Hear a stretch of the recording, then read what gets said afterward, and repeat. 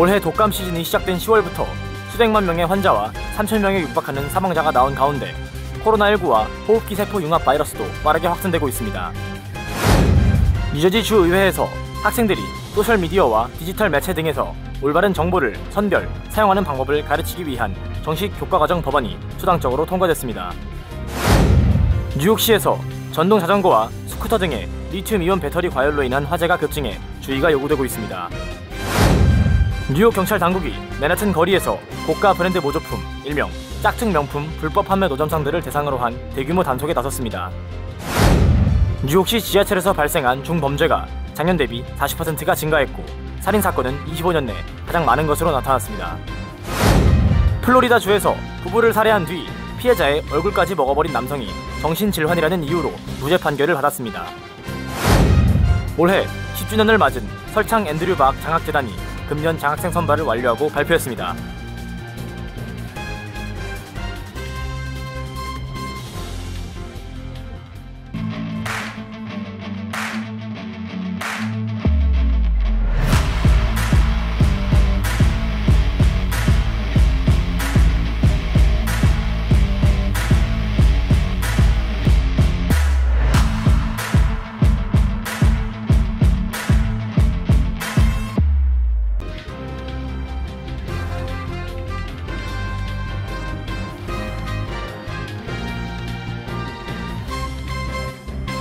여러분 안녕하십니까? KBTV 뉴스9 이창환입니다. 올해 독감 시즌이 시작된 지난 10월부터 지금까지 수백만 명의 환자가 발생하고 사망자가 3,000명에 육박하고 있는데요. 그 확산세는 여전히 꺾이지 않고 있어 코로나19와 호흡기 세포 융합 바이러스, 독감이 동시에 확산하는 트리플데믹이 현실화되고 있습니다. 첫 번째 소식 전상희 기자가 전합니다. 질병통제예방센터에 따르면 올해 독감 환자는 약 620만 명, 사망자는 약 3,000명으로 집계됐으며 어린이 사망자도 12명이나 되는 것으로 나타났습니다.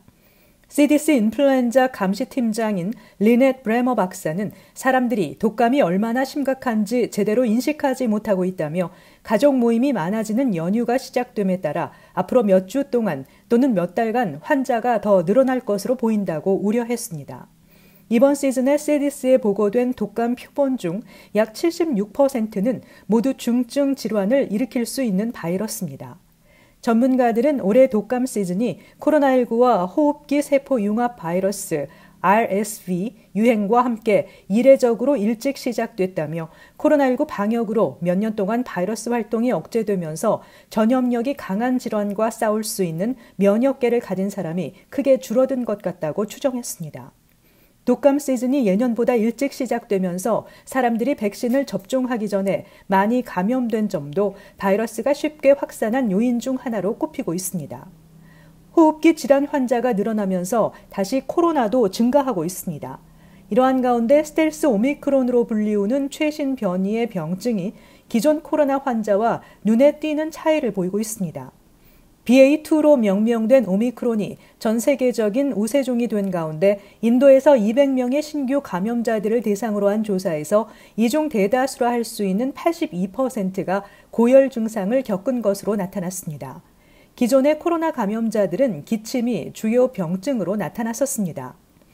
의학저널 큐어러스에 게재된 해당 논문에 따르면 스텔스 오미크론의 가장 큰 병증은 고열이었으며 그 다음으로 약 50% 정도가 기침을 동반한 것으로 조사됐고 그 다음이 무력감 27%, 두통 21%, 근육통 20%로 나타났습니다. 연구자들은 최근 BA2 계열 외에도 BA4, BA5 계열 감염이 늘어나고 있는 상태라고 밝히면서 다양한 형태의 코로나 감염균이 유행 중에 있다고 진단했습니다. KBTV 뉴스 전상입니다. 뉴저지 주의회에서 소셜미디어와 디지털 매체 등에서 학생들이 정보를 선발하고 올바르게 사용하는 방법을 가르치기 위한 과정이 공립학교 정식 교과 과정에 도입하는 법안이 초당적으로 통과됐습니다. 보도의 전상희 기자입니다. 뉴저지 주의회 상원에서 디지털 기기와 소셜미디어 전반에 대한 활용 교육 과정을 공립학교에 의무적으로 도입하는 법안이 36대 0으로 압도적인 지지를 받아 통과됐으며 필 머피 주지사의 서명만을 남겨두고 있습니다. 법안은 지난달 주 하원에서 61대 8로 통과된 바 있습니다. 법안에 따르면 유치원부터 12학년까지 학생들의 공립학교 교과 과정에서 디지털 매체를 바르게 사용하는 법과 윤리의식 등을 의무적으로 다뤄야 하며 각 교육구별로 표준 교육 방법을 채택하도록 하고 있습니다. 머피 주지사의 서명을 거쳐 법안이 발효되면 뉴저지주 교육국은 각 교육 전문가들로 구성된 위원회를 설립해 디지털 매체 사용과 윤리에 대한 교육 내용 초안을 마련하고 주민 여론 수렴 과정을 거친 후 시행됩니다. 이번 법안을 발의한 마이클 테스타 주 상원의원은 인터넷은 학생들에게 귀중한 자원이 될 수 있지만 위험을 야기하는 잘못된 정보나 거짓도 만연한 곳이라며 이번 새 교육 표준은 허위 정보를 식별하고 웹 기반 세계에서 올바른 정보 습득 기술을 갖춘 젊은 세대들을 키워내는 데 도움이 될 것이라고 밝혔습니다.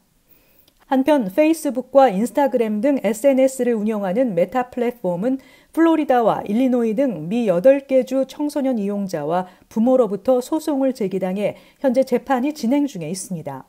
소송을 제기한 청소년과 부모들은 이들 SNS가 알고리즘을 이용해 청소년의 발목을 붙잡고 집착하도록 해 삶을 망가뜨렸다며 손해배상 청구 소송을 냈으며 이들은 소장에서 페이스북이나 인스타그램은 잠재적 피해를 최소화하는 방향으로 설계될 수 있었지만 메타는 기업 이익을 극대화하려고 청소년을 공격적으로 중독시키기로 했다고 주장하고 있습니다.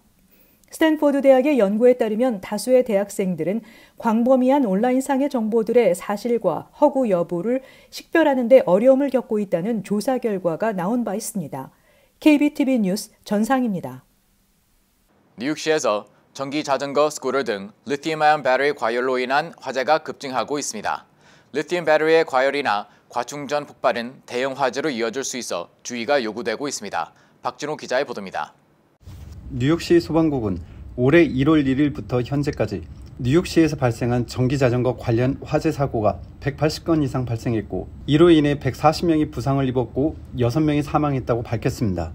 2021년에는 총 104건의 전기자전거 관련 화재 사고가 발생해 79명의 부상자와 4명의 사망자가 발생해 올해보다 피해가 적었습니다.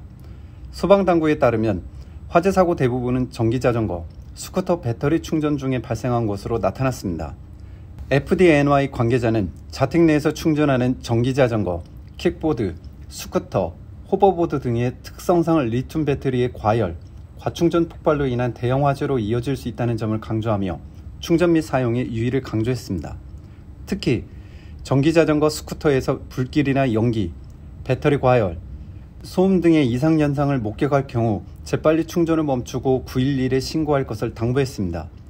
이외에도 안전 인증 마크가 있는 제품만을 사용하고 제품에 포함되는 정품 배터리, 전력 어댑터, 파워 코드만 사용할 것, 충전할 때 배터리를 벽면 전기 콘센트에 직접 연결하고 절대로 익스텐션 코드에 연결해 충전하지 말 것, 충전이 완료되면 연결선을 뽑고 집에서 나설 때는 절대로 충전 상태로 놔두지 말 것 등을 강조했습니다. FDNY는 전기자전거, 스쿠터 관련 화재 사고가 급증하자 내년 4월 30일까지 시 전역 모든 아파트에 전기자전거, 스쿠터 리튬 배터리 과열로 인한 위험성을 알리는 경고성 게시물을 건물 내에 게재할 것을 요구했습니다. 이와 함께 리즈 크루거 주 상원의원은 국가공인연구소에서 시험한 리튬이온 배터리만 뉴욕주 내에서 판매 가능하게 하고 재활용 리튬 배터리의 판매를 금지하는 법안을 발의해 의회 내 통과를 추진하고 있다고 밝혔습니다. KBTV 뉴스 박진우입니다. 어젯밤 뉴욕시 경찰 당국이 맨해튼 거리에서 고가 브랜드 모조품, 일명 짝퉁 명품들을 불법 판매하는 노점상들을 대상으로 대규모 단속에 나섰습니다. 경찰관들은 1천만 달러 상당의 모조품들을 수거했습니다. 김은지 기자가 보도합니다. 75달러짜리 롤렉스 시계를 비롯해 구찌 핸드백, 루이비통 신발 등 맨해튼 주요 관광지 거리에 나와 있던 명품 짝퉁들이 모두 수거됐습니다. 뉴욕시 경찰 당국은 로어 맨해튼과 브로드웨이 등 지역에서 총 3대의 트럭에 시중가치 1천만 달러 이상의 모조품들을 실어갔고 이를 불법 판매한 노점상 총 17명을 체포했습니다. The sidewalks were blocked. There was property everywhere, merchandise everywhere.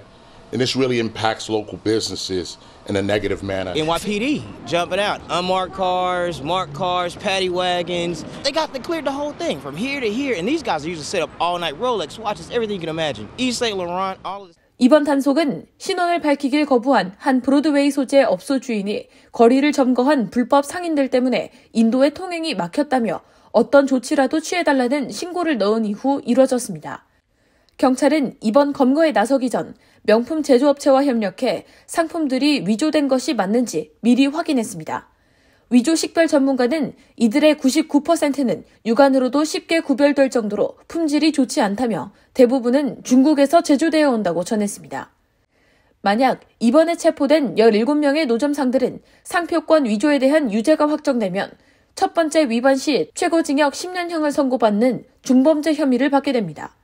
그러나 차이나타운을 지역구로 둔 율린리우 의원은 임대료를 감당하기 위해 고군분투하고 있는 노점상들을 괴롭히는 것은 지적 재산 절도 문제를 해결하는 데 마땅한 접근 방식이 아니라고 지적했습니다. 그러면서 미국은 오히려 국제적 차원에서 벌어지는 IP 도용으로 인해 매년 수천억 달러의 손실을 입고 있다고 꼬집었습니다. KBTV 뉴스 김은지입니다. 올 들어 뉴욕시 지하철에서 발생한 중범죄가 급증한 것으로 나타났습니다. 지난해 같은 기간과 비교해 무려 40%가 증가했으며 살인사건은 25년에 가장 많았습니다. 홍찬호 기자입니다. 뉴욕시경이 발표한 범죄 발생 현황 보고서에 따르면 올 1월부터 10월 10개월간 살인과 강간, 강도 등 뉴욕시 지하철에서 발생한 중범죄는 총 1917건으로 집계됐습니다. 지난 10월 한 달간 발생한 중범죄는 살인 3건, 절도 2건, 강도 51건, 폭행 46건, 중절도 108건으로 총 210건이 발생했으며 9월 198건보다 늘었습니다. 문제는 아직 통계가 반영되지 않은 11월에도 중범죄가 끊이지 않고 있는데 이 같은 현상이 연말까지 이어질 경우 올해 지하철에서 발생한 중범죄 발생률은 역대 최고치에 이를 것으로 전망됩니다. 특히 지하철에서 발생한 살인사건은 25년 내 가장 많았습니다. 1997년 이후 팬데믹이 발생한 2020년 이전까지는 전철에서 발생한 살인사건이 한 해 5건을 넘지 않았지만 팬데믹 이후 전철 내 살인사건은 2020년 6건, 2021년 8건으로 증가했고 올해 10월 31일까지는 9건을 넘겨 기록을 이미 넘겼습니다. 뉴욕시 전철 이용객 수는 전년 대비 38% 증가했는데 팬데믹 이후 전철 이용 객수가 회복되고 있는 상황에서 승객 회복 속도보다 범죄 증가 속도가 더 빠른 상황입니다. 한편 뉴욕주 시정부는 지난 10월 말 전철역 인근, 플랫폼, 열차 등 시스템 내 순찰하는 경찰관을 더 많이 눈에 띄도록 해 시민들을 안심시키고 범죄자들을 억제하겠다고 발표했습니다. MTA 측은 경찰 인력이 추가 배치된 이후 11월 동안 중범죄가 감소하고 있다고 전했습니다. 뉴욕시경의 통계에 따르면 11월 20일 기준 최근 7일간 발생한 전철 내 범죄는 36건으로 39% 줄었으며 최근 28일간 전철 내 범죄는 193건으로 5.9% 감소했습니다. KBTV 뉴스 홍찬호입니다. 플로리다주에서 부부를 살해한 뒤 피해자의 얼굴까지 먹은 남성이 법정에서 정신질환을 인정받아 무죄 판결을 받았습니다. 남성은 평생 교도소에 가는 대신 치료를 위해 병원으로 가게 됩니다. 김은지 기자가 보도합니다. 지난 2016년 플로리다주 마틴 카운티에서 오스틴 헤러프는 일면식도 없던 존 스티븐스와 그의 아내 미셸 스티븐스를 잔인하게 살해했습니다. 사건 당시 경찰이 현장에 도착했을 때 헤러프는 존 스티븐스의 얼굴을 물어뜯고 있는 것을 발견했습니다. 현장에선 피 묻은 흉기도 발견됐습니다. 경찰은 으르렁거리고 울부짖는 헤러프를 진압하려 했으나 스턴트 총이 작동하지 않아 경찰견에 의해 진압됐습니다. 헤러프는 당시 경찰들에게 나쁜 것을 먹었다며 총을 쏴달라고 빌었다고 전했습니다. 한 의사는 이를 두고 헤러프가 자신을 반은 개, 반은 사람으로 생각한다고 전했습니다. 몇몇 보고에 따르면 헤러프는 범행을 저지른 직후 피해자들의 차고에 있던 부식성 화학물질을 섭취해 몇 주 동안 혼수 상태에 빠졌다고 알려졌고 그때 그의 이에는 사람의 살과 피가 껴 있었던 것으로 전해졌습니다. 헤러프는 마틴 카운티 교도소에 수감됐다가 정신병원으로 옮겨질 것으로 알려졌습니다. 헤러프의 변호인단과 검사들은 그가 정신 이상으로 묻지마 살인을 저지른 것으로 판단해 형량 협상 제도에 합의했고 셔우드 바우어 순회 판사도 이를 받아들였습니다. 변호 전문가인 필립 레스닉 박사는 마틴 카운티주 검찰청 보고서에서 범행이 일어나기 몇 주 전부터 가해자의 신경쇠약 증세와 패턴이 나타났다는 것을 보여줘 정신질환을 입증하고 해당 범죄 특성과 발견 당시 헤러프의 반응을 보면 그가 사이코적인 성향을 보인다고 밝혔습니다. 또 보고서에는 경찰이 현장에 있고 가해자가 테이저건을 맞거나 총을 맞을 수 있는 위협에 놓여 있으며 머리에 발차기를 당했음에도 불구하고 피해자를 입으로 물고 놓지 않았다는 것은 헤러프가 정신병을 앓고 있음을 나타낸다고 덧붙였습니다. 그러나 코로나19 팬데믹 사태로 재판이 6년이나 지연된 와중에 이런 판결이 내려져 유가족들이 극도로 분노하고 있습니다.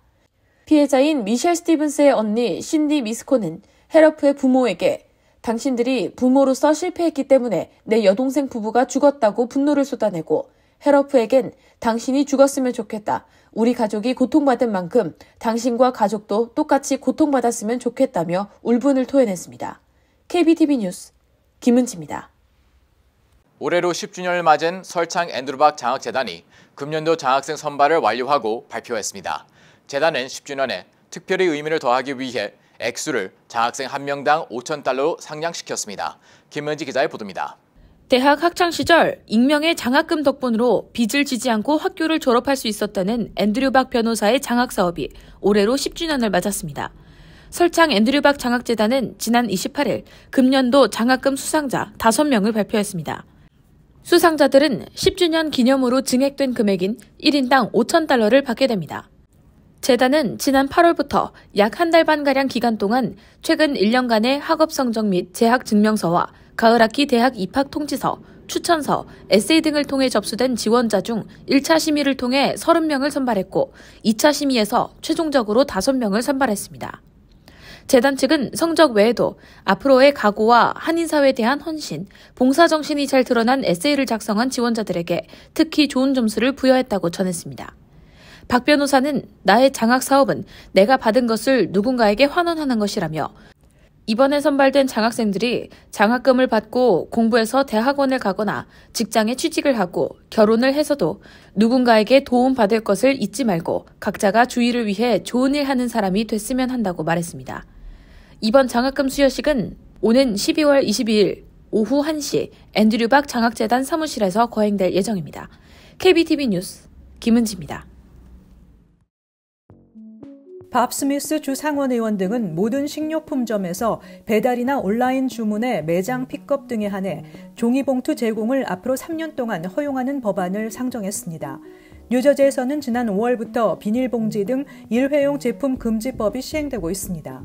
그러나 시행 6개월 동안 고객이 온라인으로 식품을 주문해 매장에서 픽업하거나 식품과 음식 배달 등의 경우 비닐봉지나 종이봉투를 사용하지 못해 재사용이 가능한 쇼핑백에 상품을 담아 제공해야 하는 문제가 발생했습니다. 일부 고객들은 처치가 곤란한 재사용 쇼핑백이 집안에 계속 쌓이고 있다는 문제를 토로하고 있습니다. 에릭 아담스 시장은 뉴욕시 소방국 내 다양성을 개선하기 위한 법안에 서명했습니다. 아담스 시장이 서명한 법안은 총 5개로 이루어져 있으며 내용은 소방관 모집에 소외되고 있는 인종과 성별에 대해 더 집중하고 소방서 건물 내 환경이 남성과 여성 모두가 생활할 수 있도록 개선하며 서비스 지역에 거주하는 주민들의 성별과 인종, 출신 국가 등의 내용을 포함한 인구 통계 보고서를 매년 제출해야 합니다. 이 외에 소방국이 다양한 포용에 초점을 맞춘 훈련과 교육 계획을 수립하고 시행하도록 하고 있으며 소방국 내 평등 고용 기회 부선에 접수된 불만 사항에 대한 소방국의 대응을 자세히 기술한 내용을 매년 보고해야 합니다. 뉴욕시 소방관의 약 74%는 백인들이 차지하고 있으며 히스패닉이 15%, 흑인은 9%, 아시아는 2%에 불과합니다. 미국에서 최대 온라인 쇼핑 행사인 사이버 먼데이 매출이 인플레이션 부담과 경기 침체 우려에도 역대 최대 수준에 이른 것으로 추정됐습니다. 로이터 통신에 따르면 소비자들이 사이버 먼데이에 112억에서 116억 달러를 소비한 것으로 추산했습니다. 이는 최대치 기준으로 지난해 사이버 먼데이보다 8.5% 늘어난 것입니다. 어도비는 인플레이션에 지친 소비자들이 추수감사절 이후 가격 할인 폭이 더 커질 것으로 기대하며 블랙 프라이데이 할인이 진행된 지난 몇 주간 소비를 자제해왔다고 분석했습니다. 지난해 사이버 먼데이 매출은 전년도보다 1.4% 감소했었습니다. 잠시 후 커뮤니티 브리핑을 전해드립니다.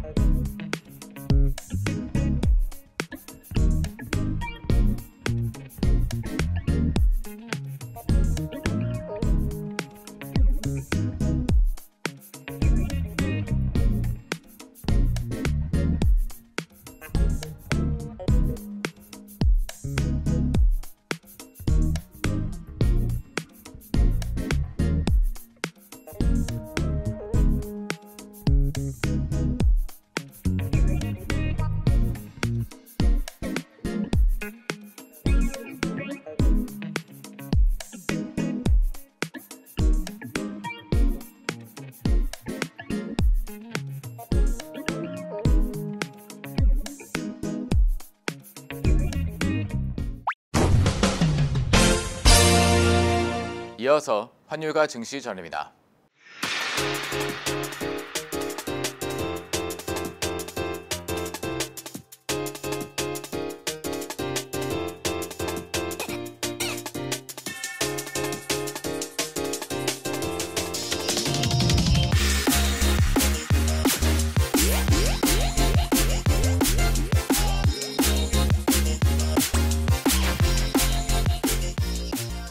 잠시 후 뉴욕과 뉴저지 날씨 전해드립니다.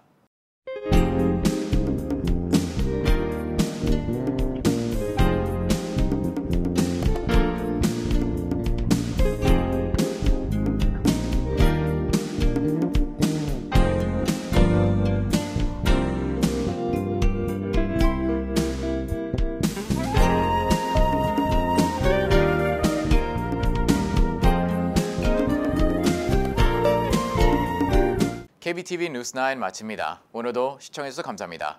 편안한 밤 보내시 바랍니다.